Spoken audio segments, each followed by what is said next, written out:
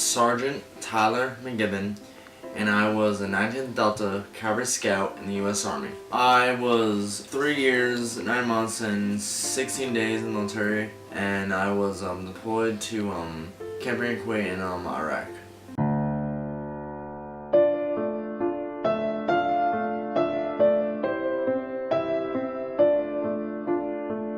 The day was December 21st, 2014. I was at work, and I got this phone call at work. And there's disbelief. The Army was real good. They got us down to Washington, D.C. because we didn't have passports. And then we were flown to Landstuhl, Germany. You're briefed before you go in to see him. They're remarkable in helping you to understand. But all you want to do is see him. And then you walk into the room and there's your son on life support.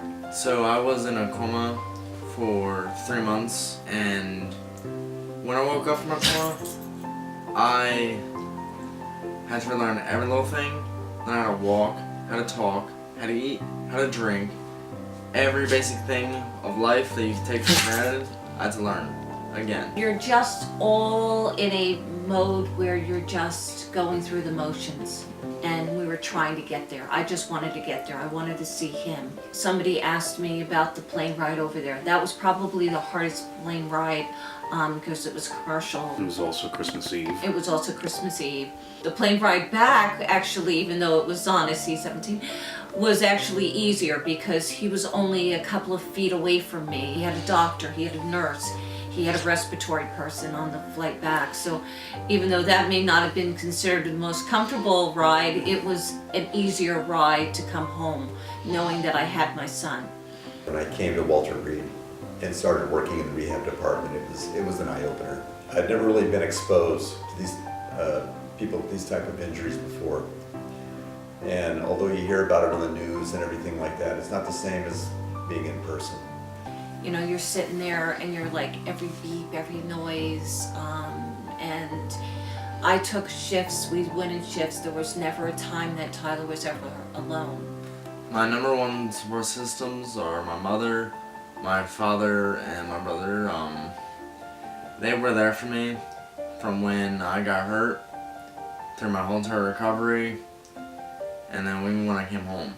I woke up in McGuire VA Hospital in Richmond, Virginia, and then after spending 7 months down there, I then came up to Walter Reed.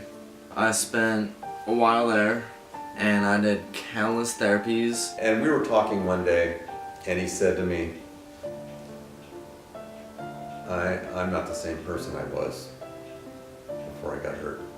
One of the greatest physical struggles and everything through my recovery, it was my ability to walk again and my ability to fully talk properly again. There were 4 of us that worked with Tyler on a regular basis, and we all did different techniques with him during his therapy, in the course of his therapy. We had a therapist named Chris, who was a real big guy that liked to go to the gym.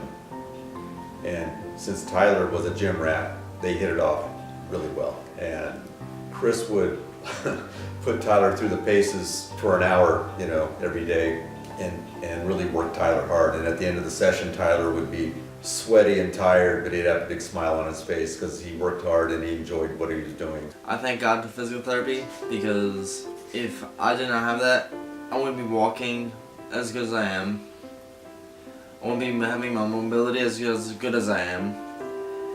My speech was very incoherent, but then one of the hardest struggles mentally for me was definitely when I found out I was going through the med board and I was getting medically retired. That hit me hard. It was terrible for me, but I wanted to better my road still. I wanted to make it a nice paved road and not a rocky off the track road. Being on the campus there and daily seeing these young people with their mothers and their fathers or their loved ones, their wives, girlfriends. I saw their determination, you know, you really get to know them. You put in humor into things because if you don't, You go insane. you'll go. You go. They come in and he's asking, answering all the questions correctly. What day is it? Where are you? Blah, blah, blah. And then they go, okay, so tell us about you. And he goes, well, I'm stationed in Hawaii. I'm married. I have 2 children. And then he got the year wrong. He had it 6 years in advance. That And lasted about a week. that lasted for about a week. But I look at George and go, well, I'm really mad. I wasn't invited to the wedding. I've never met my grandchildren. Probably what was easy about this whole thing was Tyler had the kind of personality, he would do anything you would ask him to do. He had a great attitude, and every day he put in 100%. Even if he wasn't feeling his best, he would put in 100%. He would do whatever you asked him, and he would do it to the best of his ability. There was moments that it was terrible and that I hated it. But with my mindset, I never take it, like I say all the time to myself. When I see a struggle, I don't take it as I'm gonna fail. I take it as a challenge, and a challenge that I accept. 2,482 therapy appointments. And a medical retirement. It's a long journey. So as I call it, the new 100%. Yeah.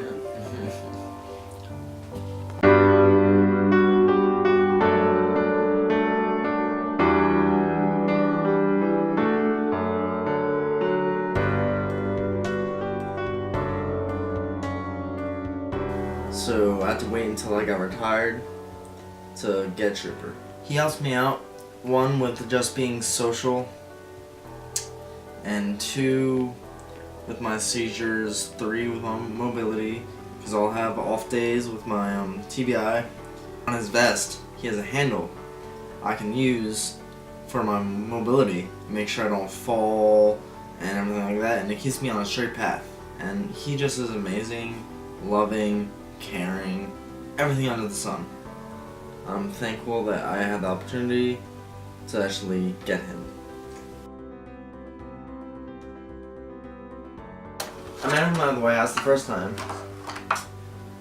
but with my brain injury, with major frontal lobe damage, you lose your filter. So I didn't have a filter, and I drive my hand back and I take like 1 step back, 1 foot backwards, and then I go, yeah, what's good, Barry? My therapist on the piano, and I'm sitting right next to her, and I'm singing Sonny's part of Income President Obama, jamming out, like snapping his fingers and stuff, and like head down, and like kind of jamming out and stuff. He looks up, and he makes that perfect eye contact with me, and he goes, I know you, and like punches over and stuff. I know you, Taylor. And I go, no, Miss President Tyler. He goes, I'm at the White House. And so I go to shake his hand, and he like kind of smacks my hand on the way a little bit, and like just gives me a hug.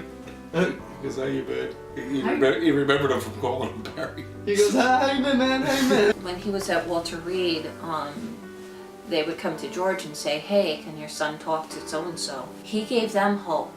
Since his injury, though, he is even more. Somebody said he has like an old soul inside of a young body. My future plans right now, I'm studying psychology in college, and I plan, as soon as I get my degree, I plan on going to the FBI Academy, and trying to become a special agent. And then after about 2 years as a special agent, that's when I can apply for an FBI profiler, and I want to be a profiler.